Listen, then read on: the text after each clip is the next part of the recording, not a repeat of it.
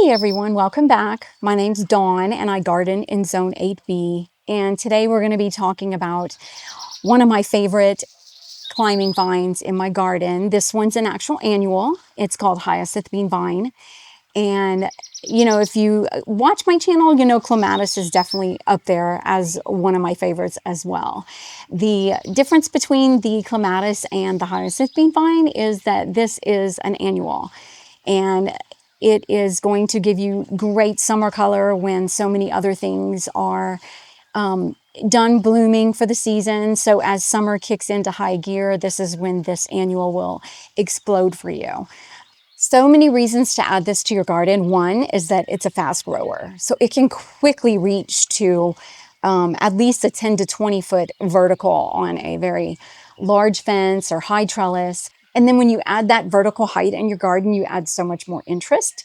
So if you do have any type of trellis or anything that adds height, it's a perfect combination for adding so much interest and layers and texture in your garden. Another thing, I will harvest the flowers often and put them in arrangements. They're so pretty. Also, the seed pods will come on the long stems and I'll harvest those and use those in arrangements. It's another plus for this gorgeous vine. And then after the flowers have faded, the seed pods will stay on the vine for a long period of time and mature and stay beautiful. And the seed pods themselves are an absolutely gorgeous shade of purple. Another reason to plant it, pollinators love it. I saw a number of hummingbirds on it last year. You'll also see bees and all types of pollinators, the butterflies. And I love a pollinator-friendly garden. So this is just a few reasons why this is such an attractive annual in North Texas here.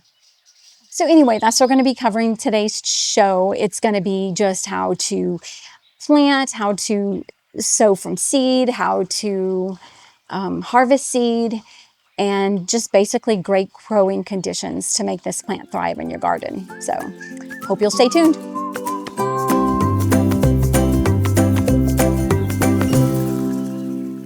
It is originally native to Africa and Asia, and it can be grown in some areas of the world as a crop. A lot of people will eat the seeds. There are some seed packets that say that the seed is toxic or that the plant is toxic. So there's a lot of mixed information about that. I'll let you do the research. From what I have read, it is definitely an edible crop. A lot of people will eat the seeds and say they're delicious. I personally have never tried it, but it's on my list as a thing to try. But if you have any hesitation, then go ahead and do a little more research.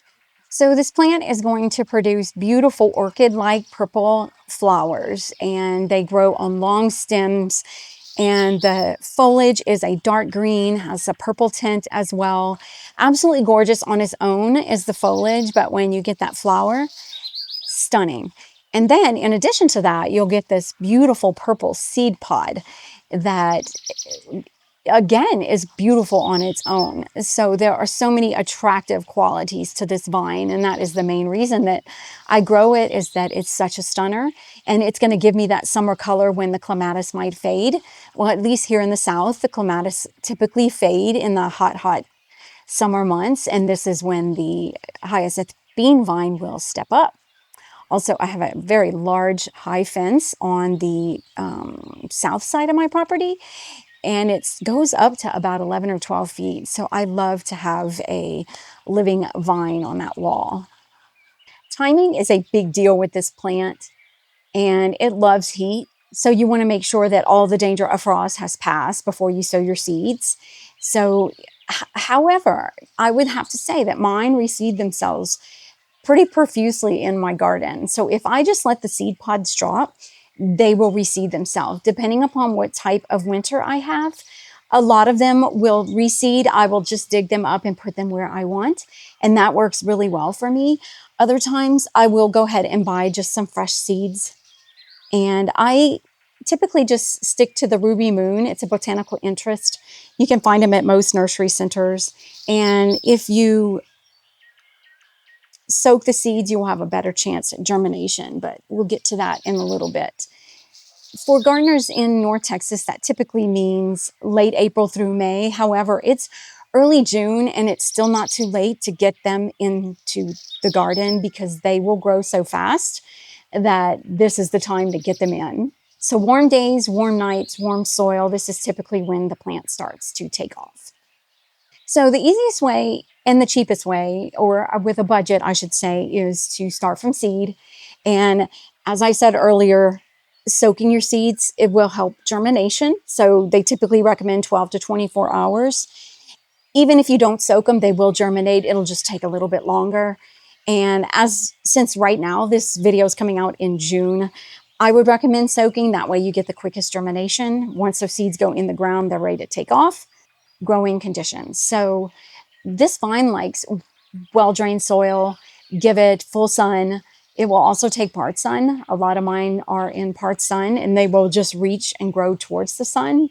As with all plants in North Texas, they do appreciate good morning sun. Afternoon shade is always appreciated. Mine typically get about morning sun until about 4 o'clock in the afternoon, and they're in afternoon shade. But they will do fine in all day sun. In fact, the more sun they receive, the more they flower, the more seed pods they produce. So that's a nice thing for North Texas because oftentimes those things that get full sun will scorch. This is one plant that will not. One thing to keep in mind is this is a very aggressive vine. Because of its growth factor, how fast it grows, it can take over pretty quickly.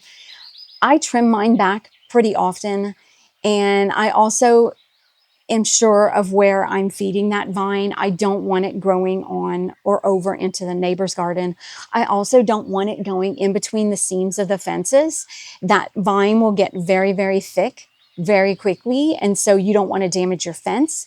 Be sure you have a nice, very sturdy trellis or arbor, whatever it is you're going to be attaching it to. Make sure it's attached well, and make sure that it's not going to damage your fence or whatever structure it is attached to. And I recommend sturdy supports. We use cattle panel for ours, and we have had them fall multiple times from the top. So we have to put extra secure staples to the very top to make sure that the vine doesn't fall. But anything you use, just make sure that you're securing it very, very well. Also, don't be afraid to cut it back. If you cut it back, it will surely grow back very quickly. In the growing season, I do find myself constantly redirecting. So it's not a vine that you want to just leave, what's the word, unsupervised. I'll just put it that way. So as long as you're attending to it during the summer months and making sure that it's growing in the directions or how you want it to grow, then it should be fine. You just don't want to leave it unattended because it can damage your structures. So it can be a drought tolerant vine. In fact, mine just gets drip throughout the summer. I don't give it any additional watering. And I think that as long as you're making sure that the soil is well drained and watered with your regular waterings or the rains, then you're going to have a successful vine. As with everything, deep water is going to encourage stronger root development. But again, this is a short-lived vine. So, it's really up to you. Like I said, I don't typically add any additional water to mine. Like everything, if the soil stay wet, it can suffer from root rot, and it can definitely affect the growth of your plant or how successful your vine grows. So as far as fertilizing, I rarely fertilize mine. Every now and then I will hit it with a bloom booster when I'm fertilizing some annuals in my garden. It's not necessary as long as your seed is going into healthy soil, then fertilizing is not necessary. Like all plants that flower, you just want to make sure that you give it a phosphorus-rich fertilizer and stay away from the heavy nitrogen so that you're not getting excessive leaves and less flowering. 2 fertilizers that I will use or do use are the Miracle-Gro Bloom Booster, and also they have an organic option. The Fox Forms has a Big Bloom. So those are 2 of the bloom boosting fertilizers that I do use in my garden. But again, it's not necessary. It's not something that I would say has to be done. to get the growth or the flowering out of this vine that you would like. So as far as pests and disease, this is a pest and disease free vine. I haven't had any issues. Again, since it's an annual, there's a little bit less maintenance and a little less worry about the plant than maybe perennial flowers that you're expecting to come back next year. And so in that sense, it's kind of a maintenance free. But if you do want to, typical maintenance tips would be just to make sure you're putting the vines or encouraging the vines in the direction you want, cutting off dead stems, that type of thing. If it is starting to overwhelm your nearby plants, which it will, a lot of times it will grow up, but it will also grow forward onto my nearby garden, and I don't want it to. So I'll cut back that forward growth since I want it upwards. And then, I'll just keep an eye on that throughout the summer. So as the seasons change and fall starts to come in, you'll notice the seed pods start to change from that deep purple to more of a papery texture. And that's when you'll want to harvest those seeds. And you just want to make sure that you get them before that fall weather kicks in with the rain. You don't want them sitting in excess moisture. The seeds will rot. So the seeds are very large. You'll just open the pod, pull the seeds out, let them dry out really well before you go ahead and store them for the winter in a cool, dark spot. As always, just like other seeds, you'll want to protect them from humidity and light and moisture. My dogs keep trading places, so it keeps going from Lucy to Ruby, back to Ruby to Lucy to Ruby to Lucy. So anyways, when the season's over, when winter hits, you probably want to pull them all down. That is quite a feat in itself. The vines will wrap around each post in your cattle panel or trellis or whatever it is. And so just cut those off because they're so thick. They're not very appealing. So I usually just like to pull them down and clean it all up and get them ready for the next season.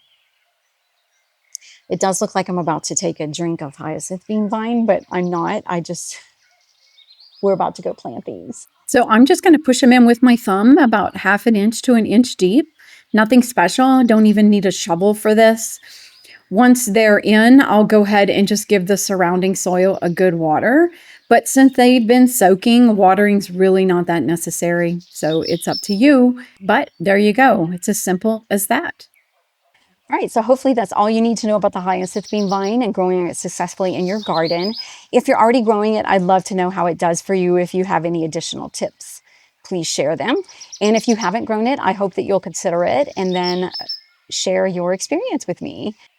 If you found this video helpful, don't forget to give it a thumbs up. Make sure you subscribe, turn on all your notifications so you don't miss a video. All right, hope to see you in the next one. Have a great day. Bye.